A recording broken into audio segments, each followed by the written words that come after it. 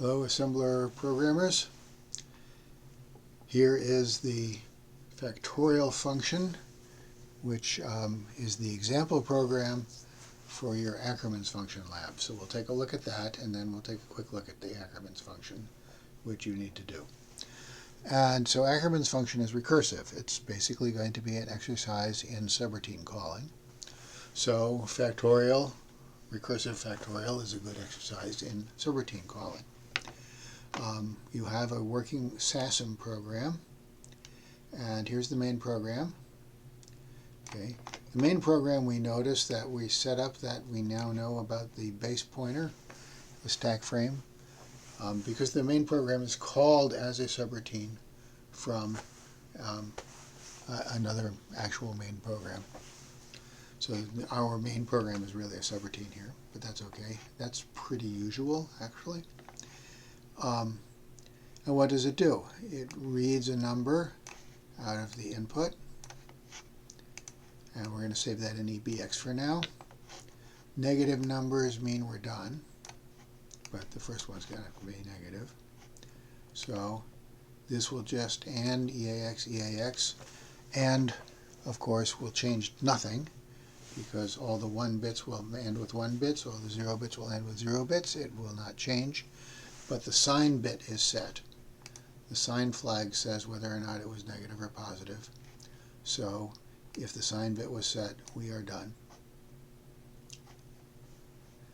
And otherwise, we need to call factorial with our one argument, and then return, and then go back and print the results and go back and do it again.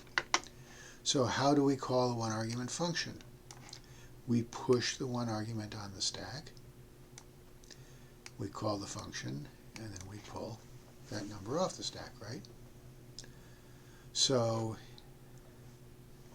that's what, and that function does what it does. Okay, let's take a quick look at factorial over here, and here's a picture of our stack. Okay. So here is the first thing that we pushed was the input to the function.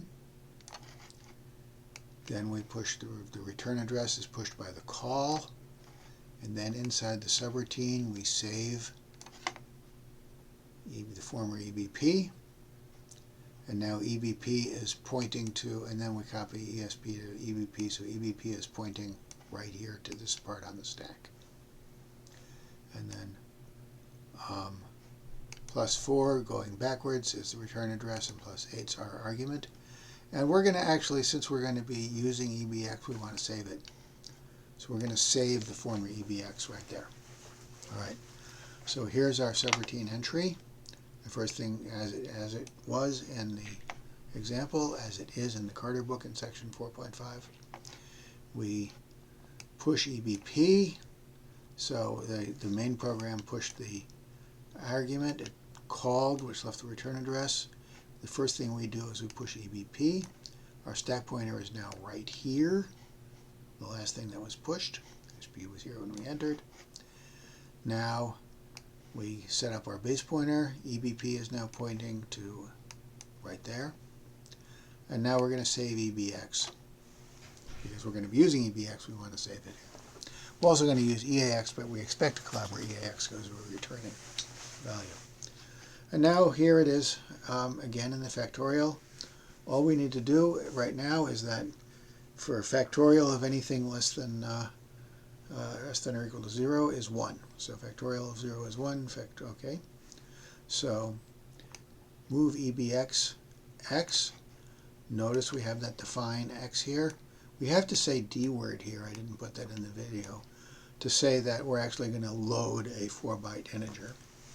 So we're going to load a 4-byte integer off the stack, which is this instruction here is going to get edited to put this part where the x is. So we're going to the EBP register, adding 8 to it, and going into memory on the stack to get that number. So we're going to get the number into EBX. If it's less than or equal to 0, all right. If it's greater than or equal to 0, we're going to jump around. If it's greater than 0, we're going to jump around. Comp sets the flags greater than 0. If it's less than or equal to 0, we just put a 1 as our answer, and we go to the end of the routine to return. Okay, so we could go look at the end of the routine, and there it is. We undo all our stuff. We pop the stack, we restore ESP, isn't strictly necessary here, restore EBP, and return. So that undoes the stack. So here we are with the case that x is greater than 0. And x, we remember, was in the EBX register. So what we need to do is we need to, our value that we're passing, forget that we're calling FAC again. Forget that this is recursive. The value that we're passing to FAC is going to be x minus 1. So we loaded x here. Now we'll just subtract 1 into another register. And now this other function we're calling, whatever it is, okay, we'll just call it. It's a one-argument function. We're going to call it. We push the argument, which is x minus 1. We call it. We pull our argument off the stack, okay, and the result came back in EAX. So we called some function, just happened to be FAC, but who cares, okay? We called some function, we got a result. And now the multiply instruction will, the one argument multiply instruction here implicitly multiplies EAX by this register. There's other versions of the multiply instruction, but that's the easy one. So EAX came back with the argument, with the result. We'll multiply it by EBX, which was x, so that's x times what came back from calling this function, right? And we're done. We just return. That's it. So really that's all there is to it. If x is less than or equal to 0, we return with a 1. Otherwise, we push x minus 1, call this mysterious function, we take the result and multiply it by x, and we're done. And we can run the program, and you can see that it correctly computes 0 factorial, 1 factorial, all the way up to 5 factorial. So it's that easy. It's helpful to not think of it as a recursive function. Just in here we need to, call f of x minus 1, and okay, that's it. And the answer comes back in EAX. Just think of it in those terms. So let's take a quick look at your Ackermann skeleton. All right, it's going to be that easy. The initial part is just like with the, so here's our Ackermann's function, okay? And here we have two arguments. So we're going to push y on the stack first, and then we're going to push x, right? We push the second argument first on the stack, and then we push the next argument. So I don't think I have a picture of the stack in here. So, but you don't need it at this point, okay? Okay, and we're going to save a bunch of other registers just in case you need them. I've saved them here just in case you need them, okay? EBX you'll need, I know. I don't know about the others, but they're there. Okay, so we get in, we establish our stack frame in the usual pattern, okay? And looking back on the stack, the y was the first thing pushed and x was the second thing pushed. All right, so the first value, all right? So let's just load up our two arguments to the function. Those are two arguments for the function. We got them off by going on the stack in the stack frame. We're looking for, if x equals 0, the answer is going to be y plus 1. So here, and again, is just an easy way to check the bits. If all the bits are, and will not change the EAX register. And if it was non-zero, we're going to go around. If it was 0, okay, then we're going to return y plus 1. So EBX was y, and we'll get the return value there and return. Okay, no problem. All right, the other varieties are like this. If y was equal to 0, so we'll get here to Act 10, right? So you'll have, so y was in EBX, right? Okay, so you'll do something like and, EBX comma EBX, J and Z to Act 20, right? and now y is equal to 0. Okay, so we're going to need to push two values. We're going to need to push, alright, we're going to need to push a 1, right? A 1, okay, push, okay, x minus 1, okay. X, remember, was an EAX, or we could reload it, it doesn't matter, right? Then we'll call some function, right? Then we're going to remove those two things. And now we have the value that came back from a of x minus 1 comma 1, right? So that's really all we need to do over here. Now over here, the formula is in your write-up, but I'll put it here.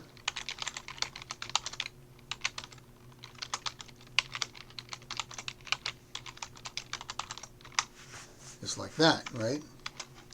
Okay, so the trick to this is to think of it, we don't have to do any more ifs, but to notice that this gets computed first. I know that the students are going to want to push x minus 1 over here. No. The first thing that we're doing, think of it like this. Okay, z equals a of x comma y minus 1. Okay, return a of x minus 1 comma z. Think of it as two computations.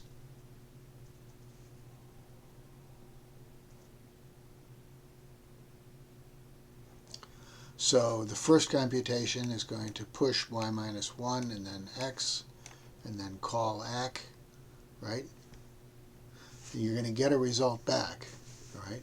You have to tear down the stack. You're going to have to add 8 to the stack. Okay, tear down the x and the y minus 1, tear them off, but you have a result. Now you're going to push that result over here, right? Because the result of the first call is the second argument. So now you'll push the result, you'll push x minus 1, you'll call again, and you'll tear down the result, right? So this will be push y minus 1, push x, right?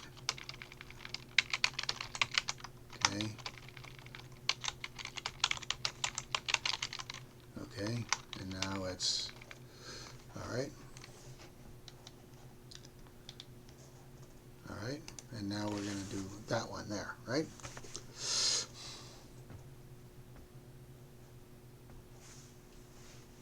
So I won't bore you with that. Anyway, that's the key to doing ACK. I know various students have told me this is hard. It's not. Really, all I'm asking you to do is code the 3 subroutine calls with some ifs. So if you can just do a basic subroutine call and not think of it as recursive, then you will finish this lab pretty easily. So there are some representative values for the Ackermann's function in your handout. So I suggest that you debug this by doing that. Okay? Okay. Now I will